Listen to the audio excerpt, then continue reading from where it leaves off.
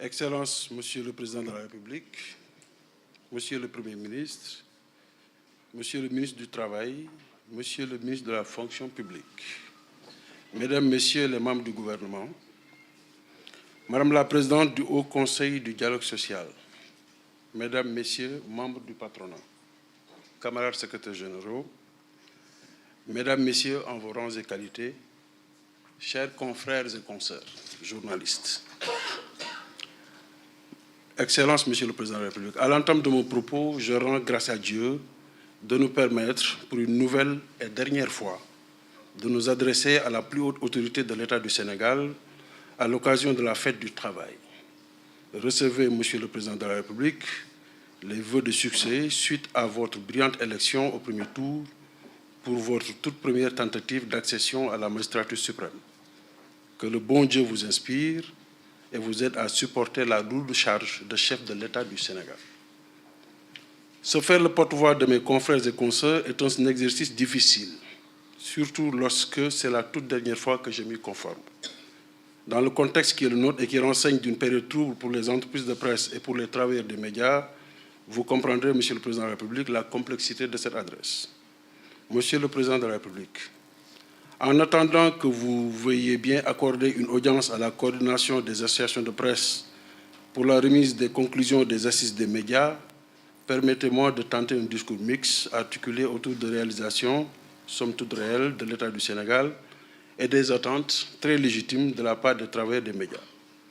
Sur ces 5 dernières années, et suivant les revendications régulièrement portées à l'attention de votre prédécesseur, le Sénégal, notre pays, a fait quelques efforts dans l'amélioration de l'écosystème des médias.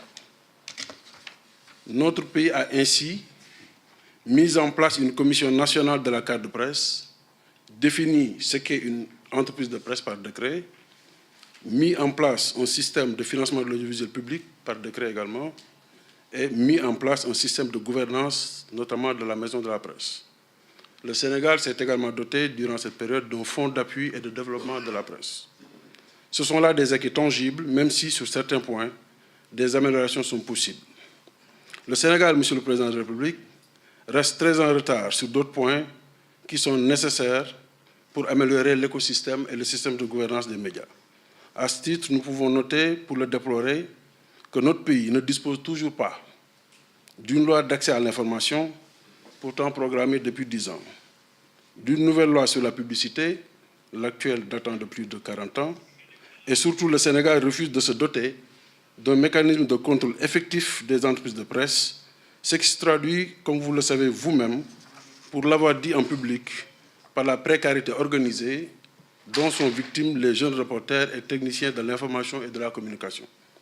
Mais également, vous conviendrez avec moi que le manque de contrôle des entreprises, au-delà de porter atteinte à l'existence sociale des travailleurs, contribue à violer un droit constitutionnel des Sénégalais, celui de disposer d'informations plurielles et utiles à travers les médias, sans oublier que l'État est quasi obligé, souvent, de se délester de ses propres ressources fiscales, notamment, pour perfuser un secteur qu'il se refuse lui-même, État, de normer. Monsieur le Président de la République, le plus gros manquement qu'enregistre notre pays est le refus de mettre en place un organe de régulation adapté au pouvoir élargi, au fonctionnement autonome et jouissant d'une indépendance de moyens. L'absence de cet organe dans notre écosystème favorise l'existence de contenus indignes de notre population. Dans les médias sénégalais, on fait la publicité de produits dangereux, notamment les produits de dépigmentation, on fait la promotion du charlatanisme. Dans nos radios et télévisions, des émissions entières sont consacrées à expliquer des rêves. On fait de la voyance à outrance. On vend des produits prétendument boosters de libido. Et les soignants traditionnels font le buzz.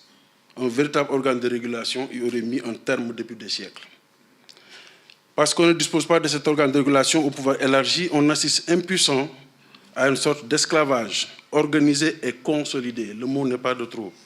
Des jeunes journalistes et techniciens qui ne disposent ni de salaire décent, ni de couverture en cas de maladie, ni d'un plan de carrière, et surtout qui sont laissés à la merci de la corruption institutionnalisée grâce au phénomène dit des périums. Que dire alors de l'absence de mesures prononcées par l'organe de régulation en direction des médias publics? Les médias, comme tous les secteurs vitaux de notre nation, ont besoin d'un organe de régulation fort qui puisse veiller aux équilibres sans parti pris. Monsieur le Président de la République, sur la dernière décennie, les médias publics sont les supports qui ont le plus bénéficié de l'apport de l'État. Quoi de plus normal, puisque l'État du Sénégal est le propriétaire du Soleil, de l'APS, de la RTS, de TDS, entre autres. Mais pendant cette décennie également, les médias publics font partie des plus gros violeurs des droits des travailleurs. Les dirigeants de ces médias, comme s'il s'était passé le mot, ont eu recours et continuent d'avoir recours à une arme non conventionnelle, la suspension de salaire. Oui, l'agent vous déplaît, son activisme syndical vous pose problème, vous prenez la décision radicale de le plonger de fait dans une sorte d'indigence voulue, gratuite et méchante.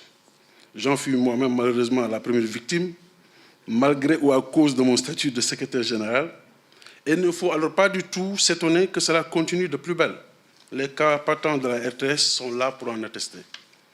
Lorsque des directeurs de structures publiques disent clairement, je cite, « De toutes les façons, si je suis condamné par le tribunal du travail, c'est l'entreprise qui paye. » Excusez-moi, Monsieur le Président de la République, mais cela s'apparente à du matin. Monsieur le Président de la République, ceux qui, comme moi, cumulent déjà plus de 10 ans dans ce métier et qui se dirigent vers le statut de doyen, regardent cette profession avec beaucoup d'inquiétude.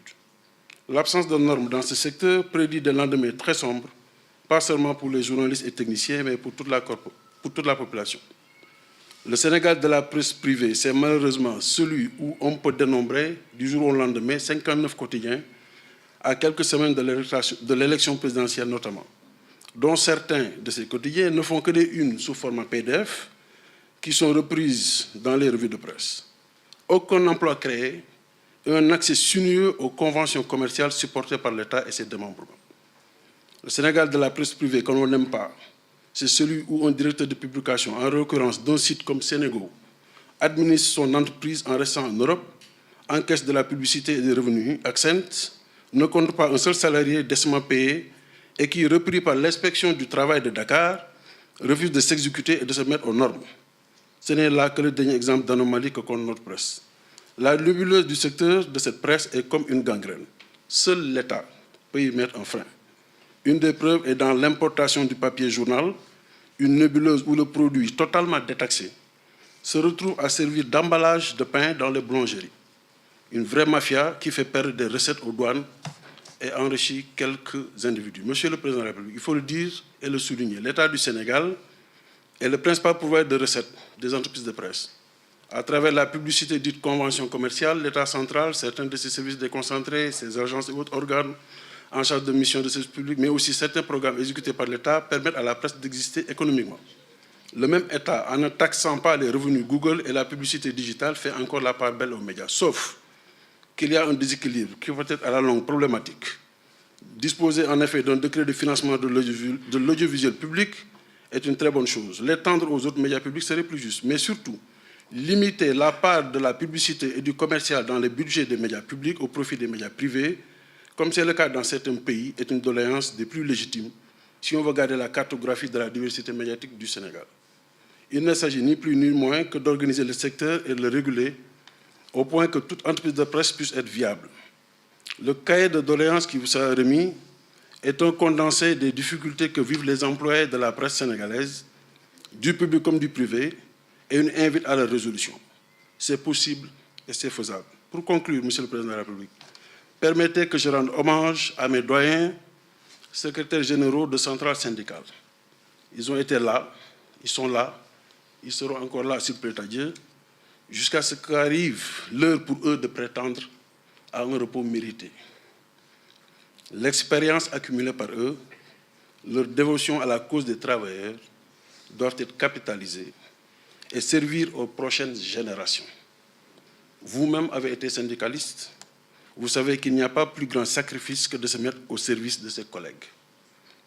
Que vous soyez remerciés, messieurs, dames, secrétaires généraux de syndicats, secrétaires généraux de centrales syndicales. Je vous remercie pour toute l'affection que vous m'avez témoignée au cours de ces 5 dernières années, malgré que le SYNPICS n'est affilié à aucune de vos centrales. Que Dieu vous garde. Vive le Sénégal, vive la presse, vive les travailleurs.